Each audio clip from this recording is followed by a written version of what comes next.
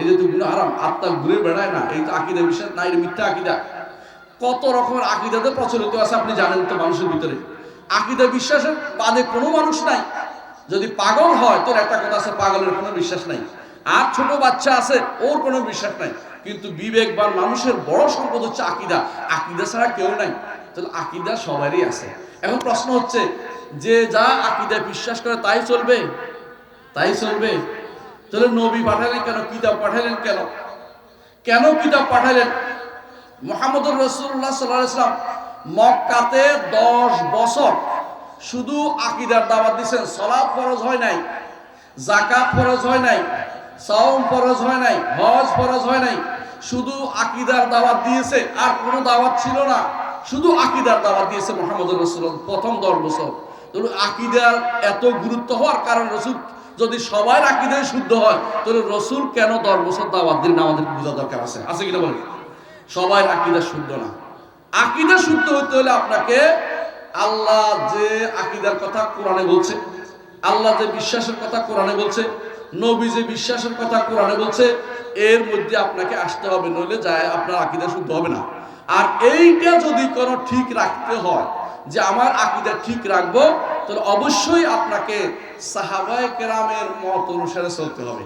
কারণ তারা আকীদা ঠিক করে জান্নাতের সার্টিফিকেট পাইছে। তারা জান্নাতের সার্টিফিকেট পাইছে আকীদার কারণে। তারা জান্নাতের সার্টিফিকেট পাইছে রাসূলের অনুসরণ করার কারণে। তারা জান্নাতের সার্টিফিকেট পাইছে কোরআন শোনার, কোরআন মানার কারণে। আপনি যদি কোনো তাদের মতো মানেন তাহলে জান্নাতে যাবেন। আল্লাহ কোরআনে বলে দিয়েছেন, ফাইন আমানু বিমিসলি মা আমানতুম বিহি ফাকাদ ইহতাদাও। যদি তারা ঈমান আনে তোমরা যেরকম ঈমান আনছো তাহলে হেদায়েত প্রাপ্ত হবে না। তাহলে আপনার হেদায়েত প্রাপ্ত হলে কার মতো হতে হবে? কার মতো হতে হবে? সাহাবায়ে কেরামের মতো ঈমান আনতে হবে। সাহাবায়ে কেরামের মতো ঈমান। আপনার আকীদা নিজের মন মতো আকীদা হলে হবে না। সাহাবায়ে কেরামের মতো করে আকীদায় বিশ্বাস পোষণ করতে হবে, বুঝছেন তো? সাহাবায়ে কেরাম কিরকম করেছেন? সাহাবায়ে কেরাম ঈমান আনার পরে তাদের কাছে সবচেয়ে ঘৃণিত জিনিস ছিলেন মূর্তি পূজা করা, অন্য কাউকে ডাকা। এটা তারা কোনোদিন সহ্য করতে পারতেন না। আর যারা বলে, যারা তো মিথ্যা কথা তো অনেকেই বলে যে নাউজুবিল্লাহ রাসূলের সাহাবীরা নাকি তারা হাতের নিচে, বগলের নিচে কিছু একটা রাখতেন, এই জন্য রাসূল বলছেন হাত তোলা দাও, এই জন্য হাতের বগলের তল থেকে মূর্তি পড়ার জন্য তিনি হাত তোলার কথা। এগুলি ডাহা মিথ্যা কথা। রাসূলের সাহাবীদের নাম মিথ্যাচার। রাসূলের সাহাবীরা যারা নক্ষত্র তুল্য, এই নক্ষত্র তুল্য সাহাবীর নামে যারা মিথ্যাচার করে তাদেরকে আমরা কি বলতে পারি বলেন তো? পথভ্রষ্ট। এরা পথভ্রষ্ট। এই গোষ্ঠীটা আকীদা বিনষ্টকারী গোষ্ঠী। এরা কোরআন এবং সুন্নাহ থেকে সাহাবায়ে কেরাম যেই তরিকা আকীদা নিয়েছেন ওই আকীদা নিতে তারা রাজি নাই, ওই আকীদা তারা গ্রহণ করতে রাজি নাই। নিজের মন মতো 300 বছর পরে কোনো এক ব্যক্তি আসছে, তার বক্তব্য তাদের কাছে গ্রহণযোগ্য, ওই আল্লাহ রাসূলের সাহাবীদের কথা গ্রহণযোগ্য না। ইমাম আবু হানিফা, মালিক, শাফি, আহমদ এদের কথা গ্রহণযোগ্য না। বুখারী, মুসলিম, আবু দাউদ, তিরমিজি, নাসাই এদের কথা গ্রহণযোগ্য না। 300 হিজরির পরে 324-এ একজন মারা গেছে আশারি, 333-এ একজন মারা গেছে ইমাম আবু মুসা মাতুরিদি। ওদের কথা তাদের ভালো লাগে, কিন্তু কোরআন এবং সুন্নাহ সালফে সালেহীর বক্তব্য তাদের কাছে ভালো লাগে না। আকীদার উৎসই তাদের খারাপ হয়ে গেছে। ওরা আকীদার উৎস বানাইছে ইলমুল কালামকে, কালাম শাস্ত্রকে। আমাদের আকীদার উৎস কোরআন সুন্নাহ বেফাহমে সালাফিল উম্মাহ, কোরআন সুন্নাহ এবং সালফে সালেহীর বুঝ, যেটা আমরা দেখাতে চাই আপনাদেরকে যে এর বাইরে আমরা নিজেরা কোনো কিছু বলি না। ইমাম বুখারী রাহমাতুল্লাহ আলাইহিকে সবাই মানে, ওরাও মানতে রাজি হয়, বাধ্য হয়। ইমাম বুখারী যেটা বলছে এটা যদি না মানে বুঝতে হবে এর অন্তরের ভিতরে কি আছে, বক্রতা আছে। ইমাম বুখারী রাহমাতুল্লাহ আলাইহি আকীদার উপরে শুরু করেছে সহিহ বুখারী কিতাবুল ঈমান দিয়ে, শেষ করেছেন কি দিয়ে জানেন? কিতাবুত তাওহীদ দিয়ে। কিতাবুত তাওহীদ দিয়ে। এর অর্থ হচ্ছে তুমি শুরু করবে ঈমান, আর মরার সময় তোমার মুখে যেন তাওহীদ জারি থাকে, তোমার যেন সর্বশেষ কালেমা হয় লা ইলাহা ইল্লাল্লাহ। সর্বশেষ এই কালেমা নিয়ে যে ব্যক্তি মারা যাবে, আমার নবী মুহাম্মদুর রাসূলুল্লাহ সাল্লাল্লাহু আলাইহি ওয়াসাল্লাম বলেছেন সেই ব্যক্তি জান্নাতে যাবে। এবং রাসূল এটাও বলেছেন যে ব্যক্তি অন্তঃস্থল থেকে সত্য করে লা ইলাহা ইল্লাল্লাহ বলেছে, গুনার কারণে আটকা পড়েছে, সেই ব্যক্তি কিয়ামতের দিন আমার সুপারিশ পেয়ে ধন্য হবে। সুবহানাল্লাহ। রাসূলের সুপারিশ পেতে চান? কে কে পেতে চায়? আমিও পেতে চাই। আলহামদুলিল্লাহ, হাত নামিয়ে ফেলুন। রাসূলের সুপারিশ পাইতে হলে রাসূলের কাছে সুপারিশ চাইবেন, এইটা হলো ভুল। কারণ আল্লাহ বলছেন কুল্লিল্লাহি শাফাআতু জামিআ, হে নবী আপনি বলে দিন যাবতীয় সুপারিশের মালিক কে? আল্লাহ। মালিক যে তার কাছে বলতে হবে, মালিকানা লিল্লাহি শাফাআতু জামিআ, সমস্ত সুপারিশ এটার মালিকানা আল্লাহর হাতে, তার কাছে বলতে হবে। রাসূলের কাছে সুপারিশ চাইবেন না, চাইবেন আল্লাহর কাছে। আল্লাহকে বলবেন আল্লাহ রাসূলকে কিয়ামতের দিন আমার জন্য সুপারিশকারী বানিয়ে দিন, এটা বলতে হবে। কথা বুঝছেন তো? যেহেতু আপনি বলছেন এতক্ষণ যে আমরা সুপারিশ চাই, সবাই চাই আলহামদুলিল্লাহ, আল্লাহকে বলবেন আল্লাহ আমার নবীকে কিয়ামতের দিন আমার জন্য সুপারিশকারী বানিয়ে দিন। সরাসরি মদিনায় গিয়ে রাসূলের কবরের কাছে কেউ যদি বলে রাসূল আপনি কিন্তু আমার জন্য সুপারিশ করবেন, আবেগ দিয়ে বললেন, অনেকক্ষণ কান্নাকাটি করলেন, রাসূল কি শুনছে? শোনে নাই। এটা মিথ্যা কথা। যারা মনে করে রাসূলুল্লাহ সাল্লাল্লাহু আলাইহি ওয়াসাল্লাম আপনাকে দেখছেন, এরা মিথ্যা কথা বলে। তথাকথিত এক ব্যক্তি বই লিখছে পরাণবন্দি, বুঝছেন তো? আপনাদের দেশে যুবকদের কাছে খুবই আইডল। ওই ব্যক্তি লিখছে রাসূল ওইখানে দাঁড়ায় দাঁড়ায় কবরের কাছে আপনার কাছে মনের কথা খুলে দিতে সময় সুযোগ দিল না। আপনি দেখতেছেন ওরা আমার সাথে কি ব্যবহার করে, পুলিশে ঠেলে বের করে দেয়। কারণ কতক্ষণ দাঁড়ায় থাকবে এখানে এই বেটা এখানে দাঁড়িয়ে রয়েছে কেন? এর মনে সহ্য হচ্ছে না, রাসূলের কাছে বলতেছে। রাসূলের কাছে বলার জায়গাটা এটা রাসূলের কাছে বলার জিনিস। এরা আকীদাগত বিভ্রান্ত, ওরা আকীদা শুদ্ধ হয় নাই, কিন্তু এক একজনের কাছে আইডল হয়ে গেছে আপনাদের। মনে রাখবেন এই জাতীয় লোকগুলোর বই হয়তো আপনাদের এখানে কোন স্টলে বিক্রি হচ্ছে। এরা বিভ্রান্ত। যারা বিভ্রান্ত লোকের আকীদা বই বিক্রি কিনবেন না, আপনার কিনলে আপনি পথভ্রষ্ট হয়ে যাবেন। আপনাকে বিশুদ্ধ সহিহ আকীদার বই শুধুমাত্র পড়বেন, এর বাইরে অন্য কোনো বই পড়বেন না। অন্য কোনো বই পড়লে আপনি বিপদ হবেন। সহিহ আকীদা শিখবেন কার কাছে? রাসূলুল্লাহ সাল্লাল্লাহু আলাইহি ওয়াসাল্লাম বলেছেন আল ঈমানু লা ইয়াখরুজুল মদিনা, ঈমান মদিনায় ফিরে আসবে। ঈমান মদিনায় ফিরে আসবে যেমনি সাপ তার গর্তে ফিরে আসে। মদিনার ওলামারা যে লিখেছেন উসুলুল ঈমান বইটা পড়বেন, ঈমানের মূলনীতি উসুলুল ঈমান বইটা আপনার ঈমানের এইটা পড়বেন। আলহামদুলিল্লাহ এটা আমাদের আমার ডক্টর মনজুরুল ইলাহীর অনুবাদ করা আছে, মদিনা ইউনিভার্সিটির শায়খদের লেখা। আপনি এটা পড়বেন। আর কি পড়বেন? আমার একটা বই আছে একটু বড়, রহমান আরশের উপরে উঠেছে, এটা পড়বেন। কারণ এগুলি পড়লে আপনার আকীদা শুদ্ধ হবে। কিন্তু আকীদা কাকে বলে এটা জানতে হবে। আকীদা হচ্ছে অন্তরের দৃঢ়ভাবে যেটা ধারণ করেন সেটা। এটা শুদ্ধ হতে পারে, অশুদ্ধ হতে পারে। যদি কোরআন সুন্নাহ এবং সালফে সালেহর বক্তব্য দিয়ে নেন তাহলে এইটা হচ্ছে আকীদা শুদ্ধ। আর যদি কোনো কালাম শাস্ত্রবিদদের বক্তব্য দিয়ে নেন তাহলে আপনার আকীদা অশুদ্ধ।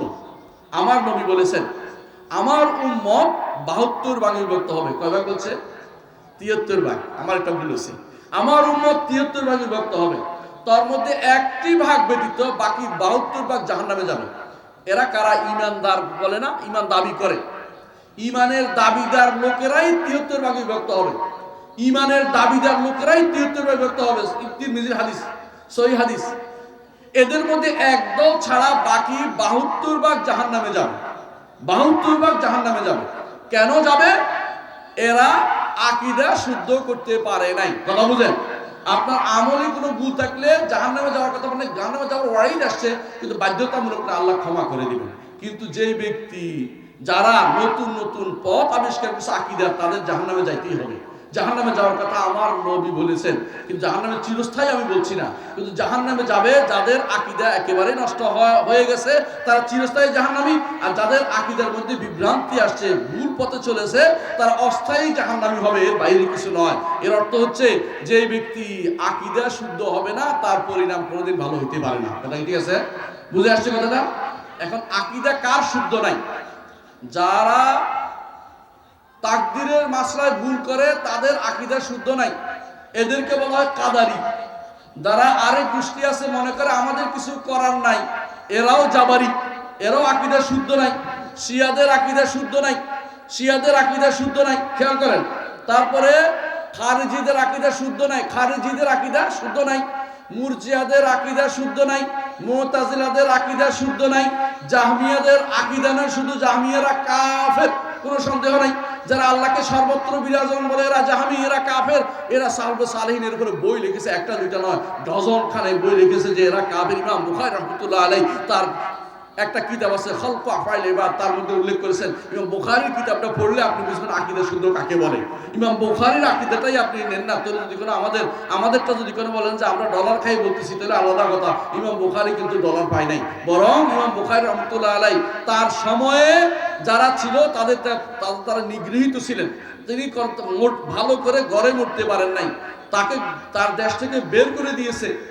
হ্যাঁ, বড় হানাফি, হ্যাঁ, বড় একজন কি ছিল, শাসক ছিল, যে কেন আমার ছেলেকে ঘরে এসে পড়াবে না, তার থাকতে পারবে না।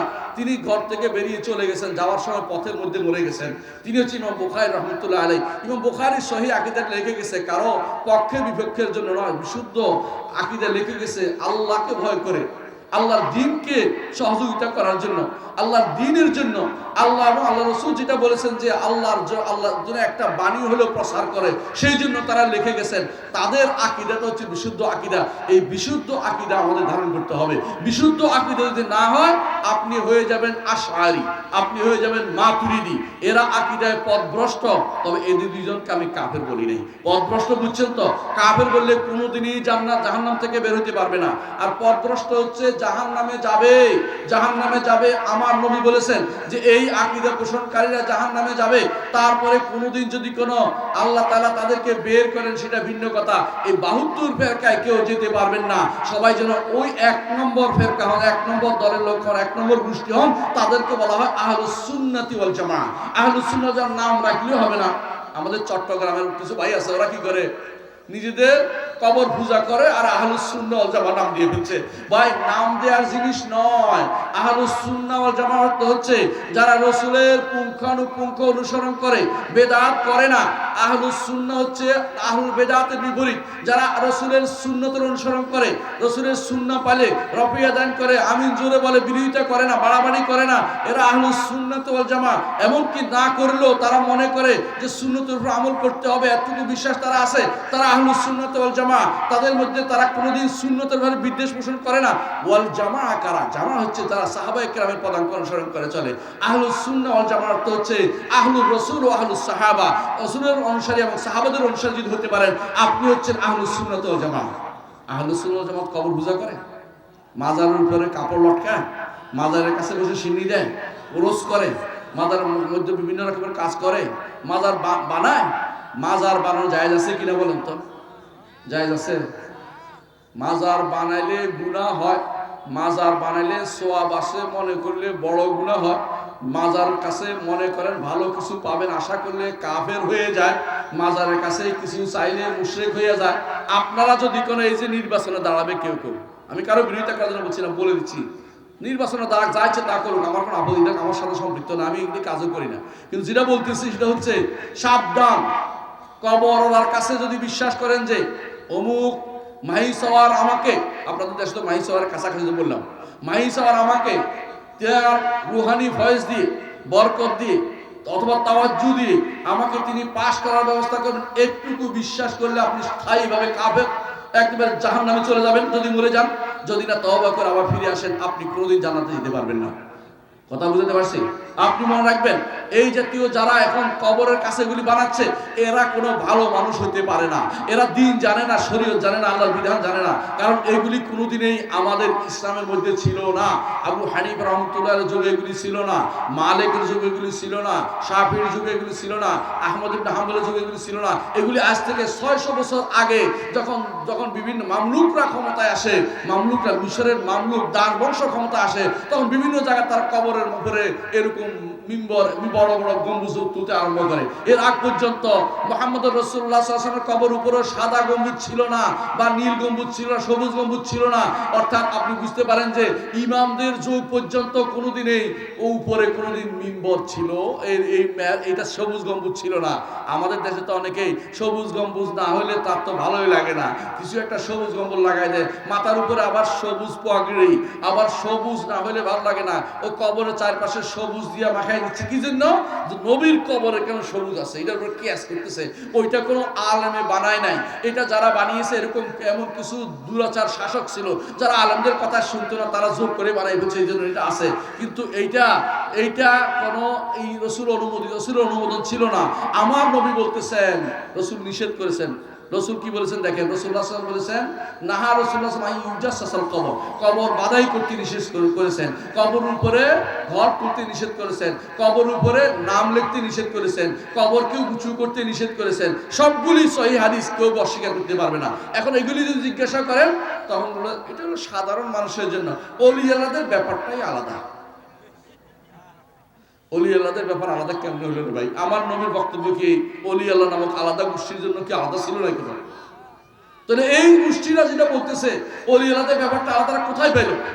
ওই দলিল কোথায় পেল? আবেগ, আবেগের নাম ইসলাম নয়, আবেগের নাম ইসলাম নয়। মুহাম্মদ রাসূলুল্লাহ সাল্লাল্লাহু আলাইহি ওয়াসাল্লামের সময় এক ব্যক্তি এমন যুদ্ধ করছে, একেবারে যাকে পায় তাকে মেরে সাফ করে ফেলতেছে। তো সাহাবায়ে কেরাম একজন আসলে, ইয়া রাসূলুল্লাহ এই লোকটা জান্নাতি।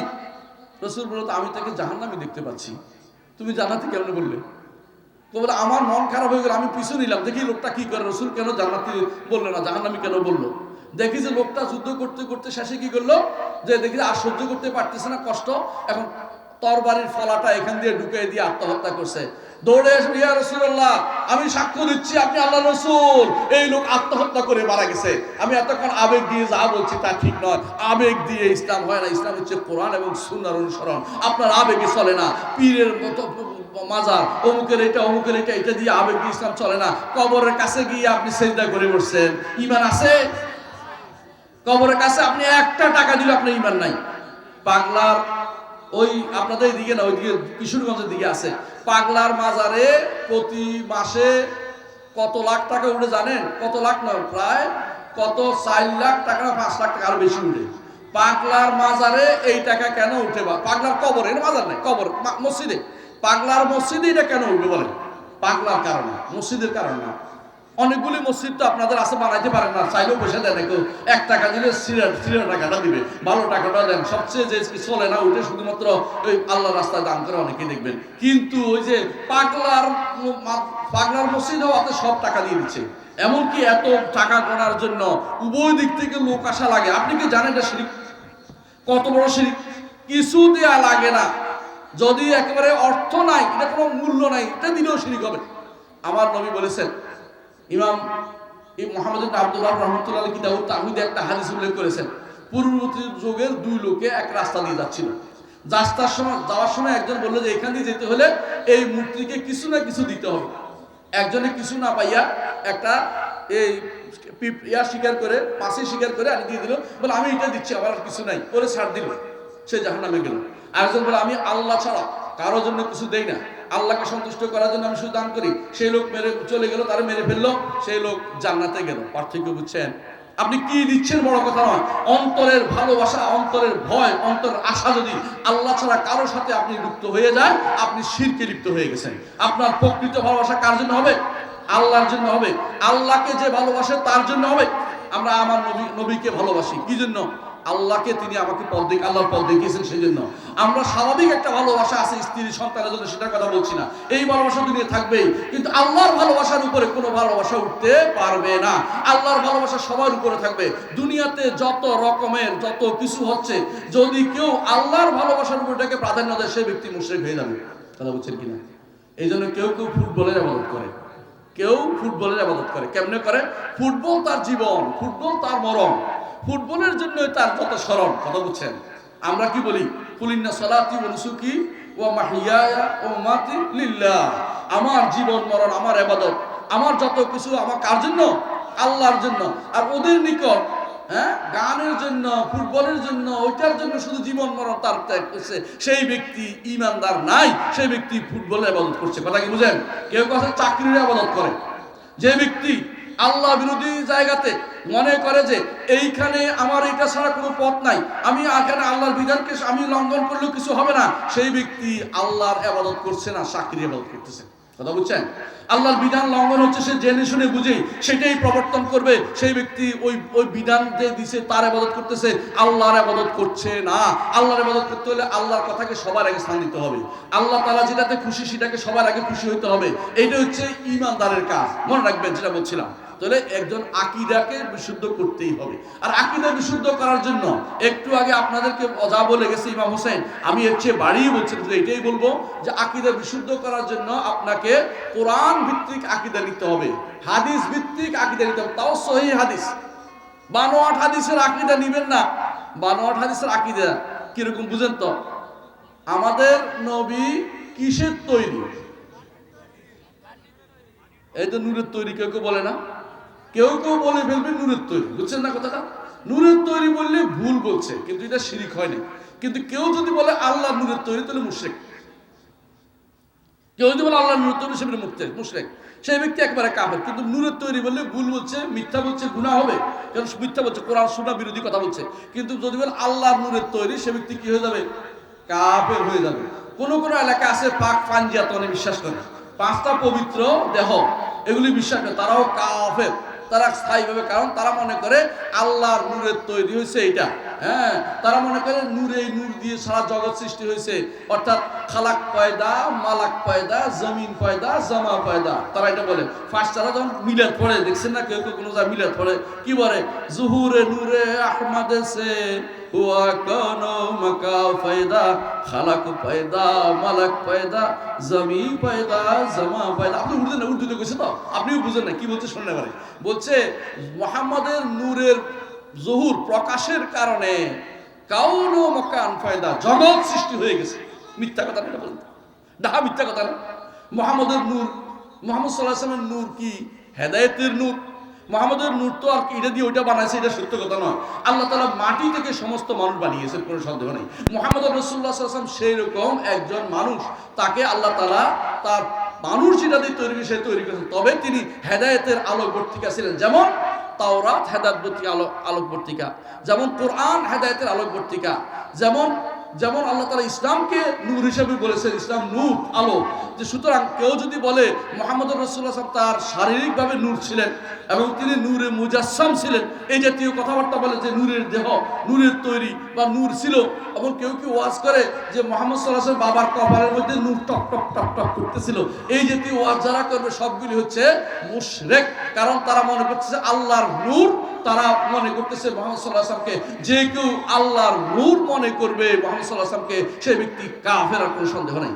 আল্লাহর নূর কারো কাছে নেই। আল্লাহর নূর কার কাছে? আল্লাহর কাছে। আল্লাহর নূর যদি কোনো, তিনি হাদিসে রাসূলুল্লাহ সাল্লাল্লাহু আলাইহি ওয়াসাল্লাম বলেছেন, আল্লাহ তাআলা নূর, তার চেহারার আলো নূর, তার পর্দাও নূরের। যদি তিনি পর্দা উন্মুক্ত করতেন, যতটুকু তার আলো পড়তো পুরো ছাই হয়ে যেত। এই জন্য মুসা আলাইহিস সালাম যখন তিনি তুর পাহাড়, তুর সিনা পর্বতের কাছে যখন তিনি গেলেন আল্লাহর সাথে কথা বলতে, আল্লাহর সাথে কথা বলার সময় তার আবেগ চলে আসলো। আবেগ বোঝে না? আবেগে মুসা আলাইহিস সালাম বলে ফেললো, রব্বি আরিনি আনজুর ইলাইক, আল্লাহ একটু দেখা দেন না, আপনাকে দেখতে চাই। আপনি দেখতে চান আল্লাহকে? কে কে দেখতে চান আল্লাহকে? আল্লাহুম্মা আমিন। আমরা সবাই দেখতে চাই। তবে এবারে হাত নামান বলতেছি, আমার নবী বলতেছেন, ইন্নাকুম লান তারাউ রাব্বাকুম হাত্তা তামুতু, না মরলে তোমরা কোনোদিন আল্লাহরে দেখতে পাইবে না। এই জন্য আপনি এখন যত আশা আছে জোর করে আটকে রাখেন। কখন দেখবো? জান্নাতে ইনশাআল্লাহ আমরা আল্লাহকে দেখবো। জান্নাতের আগে আমরা আল্লাহকে দেখতে পাবো না, এটা হলো মূল কথা। তো এই জন্য মুসা আলাইহিস সালাম যখন আবদার করে বসলেন, কি আবদার করছে? আল্লাহ আমাকে দেখা দেন, আপনাকে দেখতে চাই। আল্লাহ তখন বললেন, লান তারানি, আমাকে এখন দেখতে পাবে না তুমি। কারণ দেখার যে নিয়ামত, সর্বোচ্চ নিয়ামত হচ্ছে জান্নাতে আল্লাহকে দেখা। এটা তো দুনিয়া দিয়ে দিলে হবে না, এটা তো আখিরাতে তিনি দিবেন। দুনিয়াতে এই জন্য আল্লাহকে চেনাটা হচ্ছে সবচেয়ে বড় নিয়ামত। আল্লাহকে চিনতে হবে কি দিয়ে? তাওহীদ দিয়ে। তাওহীদের মাধ্যমে আল্লাহকে চেনার বিষয়টা আমি আলোচনা করবো ইনশাআল্লাহ, সেটা আলোচনায় করতে যাচ্ছি। তো এর অর্থ হচ্ছে আল্লাহকে আপনি যদি চিনতে চান দুনিয়াতে, তাহলে এই কিভাবে চিনবেন সেটা আলোচনা করব। কিন্তু দুনিয়াতে আল্লাহকে দেখা সম্ভব না। মুসা আলাইহিস সালাম বলে বসলেন যে আল্লাহ আপনাকে দেখতে চাই। তবে তোমাকে বলছি, হে মুসা বলেন, বুঝেন, আপনাকে দেখাই বলছি, এই পাহাড়ের উপরে আমি আমার আলো ফেলবো, এই পাহাড়ের উপরে আমি আমার আলো ফেলবো। ফাইন ইস্তাকাররা মাকারান ফাসাওফা তারান, যদি পাহাড় সহ্য করতে পারে তাহলে আপনি দেখতে পাবেন। ফালাম্মা তাজাল্লা রাব্বুহু লিল জাবালি জাআলাহু দাক্কান ওয়া খাররা মুসা সারিকা, আল্লাহ তাআলা পাহাড়ের উপরে যখন আলো ফেললেন, পাহাড় চূর্ণ হয়ে গেল। এবং মুসা বেহোশ হয়ে মরে গেলেন। আবার তো হুঁশে আসে, আবার হুঁশ করে দিলেন, বেহোশ হয়ে একবার মরার মতো পড়ে গেলেন। আবার হুঁশে আসে বললেন, আল্লাহ আমি তওবা করছি, আর কোনোদিন এত বড় কাজ করবো না, চাই দুনিয়াতে চাই আপনাকে দেখার কথা আমি বলবো না। কথা কি বুঝছেন? আল্লাহর কোনো কিছু পৃথিবী সৃষ্টির ভিতরে নাই। আল্লাহ শুধুমাত্র একটা জিনিস দয়া করে আমাদেরকে দিয়েছেন, সেটা কি বলেন তো? কোরআন। আহসানুল্লাহ ইলাইকুম, বারাকাল্লাহু ফিকুম। তার গুণের মধ্যে একটা জিনিস দিয়েছে, আল্লাহর কালাম, আল্লাহর বাণী। আমাদের বেদাতীরা আল্লাহর কোরআনকে বাণী বলে না, জানেন তো? আল্লাহর কোরআনকে আল্লাহর বাণী বলে না। কয় তাদের নিকট বেদাতী বুঝছেন তো, আশারি মাতুরিদি গোষ্ঠী, আশেপাশে বহুত মাদ্রাসা আছে যারা এগুলি উল্টাপাল্টা বিশ্বাস করে। এরা মনে করে আল্লাহর কালামের মধ্যে আল্লাহর কথার কোনো শব্দ থাকতে পারবে না, আল্লাহর কোনো বর্ণ থাকতে পারবে না। প্রিয় ভাইরা, বর্ণ আর শব্দ ব্যতীত কোনো কথা হয় শুনছেন কোনোদিন? এই মিথ্যা কথাটা তারা বানাইলো কোত্থেকে? কারণ তাদের নিকট শব্দ মানুষের হয় তো আল্লাহ হইতে পারবে না। সুবহানাল্লাহ। আল্লাহ মুসার সাথে কথা বলছেন, শব্দ বাদে কথা বলছেন। আল্লাহ আমাদের নবীর সাথে কথা বলছেন, শব্দ বাদে বলছেন। আল্লাহ এর আগে নবীদের সাথে কথা বলছেন, শব্দ বাদে বলছেন। ফেরেশতাদের সাথে কথা বলছেন, শব্দ বাদে বলছেন। এগুলি তারা বিভ্রান্তি তৈরি করে মানুষের মনের ভিতরে, কারণ কালাম শাস্ত্র তাদেরকে ধ্বংস করে দিয়েছে। তারা কোরআন এবং সুন্নাহ থেকে দূরে সরে গেছে, এই জন্য তারা আজে বাজে কথাগুলি বলে। মুসা আলাইহিস সালাম তখন বলছেন যে আমি ঈমান আনলাম যে দুনিয়ার বুকে আপনাকে দেখা যাবে না, তবে আপনাকে কেউ স্বপ্নে দেখতে পারে। মুহাম্মদ রাসূলুল্লাহ সাল্লাল্লাহু আলাইহি ওয়াসাল্লাম স্বপ্নে দেখেছেন আল্লাহকে এবং বলেছেন কি কি আল্লাহ তাআলা স্বপ্নে দেখেছে বর্ণনা করতে পারে না, কিরকম দেখছে কেউ বর্ণনা করতে পারবে না, কিন্তু স্বপ্নে দেখেছেন। রাসূল বলেছেন আমি আমার রবকে স্বপ্নে দেখেছি, তিনি আমাকে এটা বলেছেন, এটা বলেছেন। এটা বিশ্বাস করবেন যে রাসূল দেখেছেন, কিন্তু রাসূল আমাদের কাছে বর্ণনা করেন নাই। আমরাও আল্লাহর কথা বর্ণনা করতে পারবো না আল্লাহ কিরকম বর্ণনা। তবে আল্লাহর বর্ণনা আপনাকে জানতে হবে। যদি তাওহীদ শুদ্ধ করতে হয়, যদি জান্নাতে যেতে হয়, যদি আপনাকে মনে করেন যে একজন সত্যিকারী আল্লাহর বান্দা হবেন, তাহলে আপনাকে 5টা জিনিস জানতে হবে। কয়টা বলছি? 5টা। 1 নম্বরে আল্লাহর সত্তা, জাত সম্পর্কে জানতে হবে। আল্লাহর জাত সম্পর্কে জানতে হলে সূরা ইখলাস পড়বেন। সূরা ইখলাস, কুল হুয়াল্লাহু আহাদ আল্লাহুস সামাদ লাম ইয়ালিদ ওয়া লাম ইউলাদ ওয়া লাম ইয়াকুল লাহু কুফুয়ান আহাদ। বুঝছেন তো? আল্লাহ এক, অনন্য, তার মতো কোনো কিছু নাই। আল্লাহ তিনি অমুখাপেক্ষী, দুনিয়ার সবাই তার মুখাপেক্ষী। আল্লাহ তিনি তার মতো কেউ হইতে পারে না। আল্লাহ তিনি আরশের উপরে, আল্লাহ আরশের উপরে, সৃষ্টি থেকে আলাদা, সৃষ্টির ভিতরে তিনি নন, আরশ থেকে আলাদা। আল্লাহ আরশ থেকে, আর আল্লাহ আরশের উপরে, সৃষ্টি থেকে আলাদা, এবং আল্লাহর মতো কোনো কিছু না। আল্লাহ আযীম, বড়। কত বড় জানেন আল্লাহ? আল্লাহ বড়ত্ব বুঝেন কিনা আপনি বলতে পারবেন না, তবে শোনেন আমি একটু বুঝাই বলি। আসমান এবং জমিন, আসমান এবং জমিন, আসমান কত বড় তো কেউ দেখে নাই। আসমান দেখে আসছে কে? মুহাম্মদ রাসূলুল্লাহ সাল্লাল্লাহু আলাইহি ওয়াসাল্লাম। আসমান ভেদ করে আরশ পর্যন্ত গেছিলেন, তারপর আবার চলে আসছেন। আরশের কাছে গিয়ে কার সাথে কথা বলছেন? আল্লাহর কাছে। কথা বুঝেন? আল্লাহর সাথে কথা বলছে। আবার চলে আসছেন, আরেকজন গেছে 4র্থ আসমানে, আর উপরে উঠে নাই। তিনি হচ্ছেন কে?